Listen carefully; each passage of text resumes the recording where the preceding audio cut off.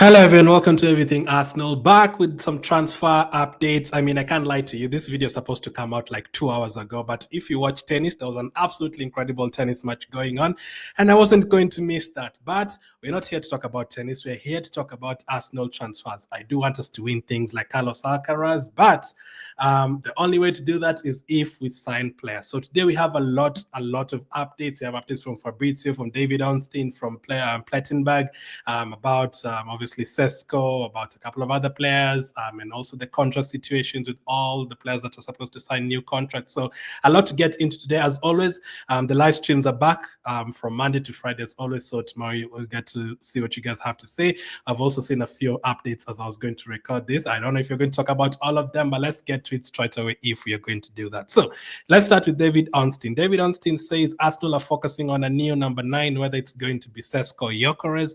They also want a top quality wide player, ideally on the left side. They would also like some backup for Saka on the right. That's why they targeted Mbemo. In midfield, they need to renew Partey or let him go. And if he goes, they're going to have to replace him. They would like a centre half. They were in for Hausen, but didn't manage to get him. So watch this space on that. That is a lot. That is a lot. Let's go slowly. So Arsenal wants a number 9. We already know about that. It's going to be either Sesco or Gyökeres. We'll talk about Sesco. It's looking very likely that it's going to be Sesco. Now it's almost 80%. It's going to be Sesco, 20% Gyökeres. We want a wide player, ideally on the left side. Yes. So left side, I don't think left side and left wing and striker should be unnegotiable. No, we have to get those two players. But who will be the third attacker? Is it going to be someone to help out Odegaard? Is it going to be a new number 8 who's going to be attacking, or is it going to be a backup for Saka? So it looks like Arsenal want a backup for Saka, according to David Ornstein, which I don't mind. That will allow Nwaneri to be the backup for Odegaard, but that will mean you don't really have a number 8, so that will be Rice and probably Havertz in that position, or Rice and Marini in that position, and then Havertz up front with Cesco. I would have wanted someone like a Rodgers or an Eze, mainly Rodgers, or someone like a Shaki, but looks like we're going to go for a right winger to back up Saka. In midfield, they need to renew Partey. We'll talk about Partey later on in this video, but if he doesn't accept the new contract, we're going to have to replace him. One reason that I really wanted Partey to stay is because he had a very good season. But the second reason is because I want us to focus on other positions. You know, the moment you start saying we also need another midfielder after Zubimendi, because we need to replace Jorginho and now probably need to replace Partey, and then all the defensive injuries that we have. We've already gone for Kepa as well. We're going to be talking about Kepa in this video too. That is like 7 signings. That is a lot. I don't know if you're going to be able to do that. So that is why I was happy to keep players like Martinelli and Partey, just to focus on the other positions. Because again, even if you sell these players, you still need backups. They would like a centre half. I know we're going to get a defender. Not sure if it's going to be a left back or a centre back, but I do know that we need a defender. Some of you don't agree, but with all the injuries, Gabriel currently has an injury, Timber, Saliba, Tomiyasu, Ben White, Calafia have both been injured a lot this past season. So we do need someone there who's going to be, and we don't know if Kiwi is going to stay as well. So it's Zinchenko too. It's a lot to do, but that is what David Ornstein says. My ideal signings first would be a striker, left winger, and another attacking player. And then after that, obviously get a backup goalkeeper and an extra defender. Obviously, Zubimendi, I've already counted him as an Arsenal player. At the time of recording this, Zubimendi has just scored a goal against Portugal. That goal was made by him. Very, very good goal. So hopefully that's signed for us very soon. Exciting prospect for sure. Prospect is an Arsenal player for sure. I'm going to looking forward to it. Let's go to Plettenberg update today. RB Leipzig are expecting the first offer from Arsenal for Benjamin Sesko next week.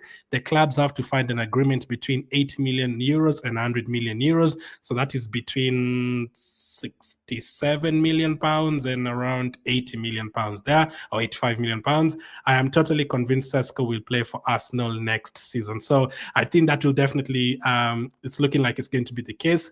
The only 2 things that could stop it is if Cesco last minute decides that actually, no, I don't want to join Arsenal. I have a better offer from, Barcelona or Man City. I prefer going there. Or he doesn't agree. I think Arsenal and Leipzig will eventually agree, unless now we don't agree with him in terms of wages, and then maybe Leipzig just decide, we want 90 million, and Arsenal decide, no, it's too much.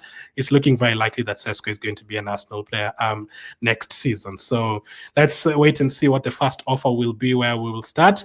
That will be another journey as well. Usually you hear a lot of talk when you're linked to a player, but unless Leipzig accept the first offer, which I doubt, that is also going to be a bit of a process. Hopefully it doesn't take too much time. I'm not sure if it's going to be one bid and done, or second bid and done, or you're going to go all the way to third bid, fourth bid. Let's wait and see. Leipzig won the deal done early. Arsenal won the deal done this month. So I think it's still going to be done this month, but let's see how quickly it's going to be done. Plattenberg also says, I'm totally convinced Saliba will play for us. So, yep, we've read that. An offer is expected to arrive next week. Fabrizio's had this to say, Arsenal are focused on Benjamin Cesco, discussing and advancing for Cesco. The other name in the list, Victor Gyökeres, at the moment, that situation is not developing. So, yeah, again, as Fabrizio said, it's looking like we are focusing more on the Cesco deal and not the Gyökeres deal. So at the moment, it's looking very likely that Cesco is going to be an Arsenal player, and Gyökeres is not going to be the one, because I think by now you'd have already made a decision which one you want. So I think they definitely want Cesco. Now, as I said, we've already done a lot of groundwork, and I gave you guys like 6-7 reasons why I think they want Cesco. A couple of them are because of his age, obviously, and the ceiling that they've been speaking about. The fact that they said the overall package is cheaper than Gyökeres, or more worth it if you combine the wages and the contract length and the amount they're going to use to buy him, and the agent fees and all that. They say Cesco is a better package, and obviously I feel like Cesco's playing style fits us more than Gyökeres. So all that, those are just 3 reasons why I think they're going for Cesco. So yeah, Cesco is going to be an Arsenal player. Hopefully we don't miss out on both. You'd hope at least to get one of them, because if you miss out on both, then where do you start from there? So those are the updates from Plattenberg and Fabrizio on Cesco. Let's see how that one develops. Next up, let's go to Kepa, a player that obviously it was announced yesterday, but I didn't get to talk about it. Arsenal to sign Kepa Arrizabalaga from Chelsea. Deal in process of being finalized after 30-year-old Spanish goalkeeper agreed to join Arsenal and fight for place. 5 million release clause in Chelsea contract will need activating. So that's according to David Ornstein. Yeah, Kepa looks like he's going to be our second signing. I think this one will be done very, very quickly. I think next week Kepa will be an Arsenal player, and probably Zubimendi will be an Arsenal player. So those are like the next deals we're expecting. A striker and Kepa, and then maybe you're going to fully approach on Rodrygo. I'll hear more on Rodrygo in the next couple of weeks as well. So Kepa, this deal is pretty much done. As I said on the live stream on Friday, it's 5 million. Yes, it's a bit funny that it's another Chelsea player that we're signing again. We've been signing Chelsea players since 2006 with William Gallas. It's a lot of them. It feels like every single transfer window we sign a Chelsea player, but he is an experienced goalkeeper. He's recently played very well for Bournemouth. He's played really well for Real Madrid and the previous season as well. He's played for Chelsea. He's been in finals. He's won trophies. He's an experienced player who's played for his country.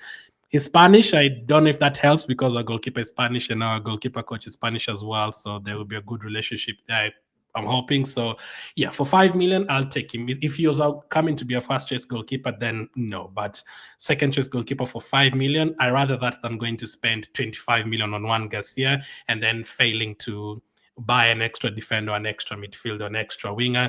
That 25 million, I rather go and get a backup winger for Saka than use that 25 million on a backup goalkeeper and then go and sign, a very average winger. No, let's go for Kepa. He can be second choice. At least he's not cap tied like Neto. At least he can play the Carabao Cup games. At least he can play the FA Cup games. So let's see how it goes. But yes, Kepa will be an Arsenal player. I think there was a bit of, I think there was something said on him. I think I screenshotted something here on Kepa Arrizabalaga. If I can find it very, very quickly. Let's see. So this was from Arsenal, New York Times. Arsenal are close to finalizing a deal to sign Kepa. The Athletic reported on June 6th that Arsenal had made Arrizabalaga their top target as they look to recruit a deputy to first choice goalkeeper David Raya. Arsenal had previously targeted Espanyol's Juan Garcia, but Barcelona now appear favorites to sign Juan Garcia. Arrizabalaga, 5 million release clause in his Chelsea contract, which he signed before joining Bournemouth on loan for 2024-2025 season. The Spaniard joined Chelsea for 71 million. That's a lot of money. They signed him for 71 million. We're getting him for 5 million. I guess that is good business. This is one of those deals that Andrea Berta loves making. You've signed him for a lot of money, but we buy him for cheap, and then maybe in the next 1 year we sell him for a lot of money. Having made only 20 appearances during a loan spell at Real Madrid, Arrizabalaga established himself as Bournemouth's first choice goalkeeper. There's a lot there. Kepa is willing to fight for his place. Arsenal staff are long-term admirers. Yeah, there's like 4 pages of that, so no need to read all of it. But yeah, they go on to say that he's happy to come and fight for his place. Arsenal have been linked to him, or Arsenal have wanted him for a long time. So yeah, I think this deal is pretty much done. This is going to be done very, very quickly. Fabrizio says it as well. Arsenal are closing in on the deal to sign Kepa from Chelsea. Agreement almost done with the player. Long-term deal in place, and Kepa ready to be back up for Raya. 5 million release close to be activated soon, as Ghana blog reports. So that's the latest on Kepa. So I think our backup goalkeeper is done now. We can start focusing on the other positions.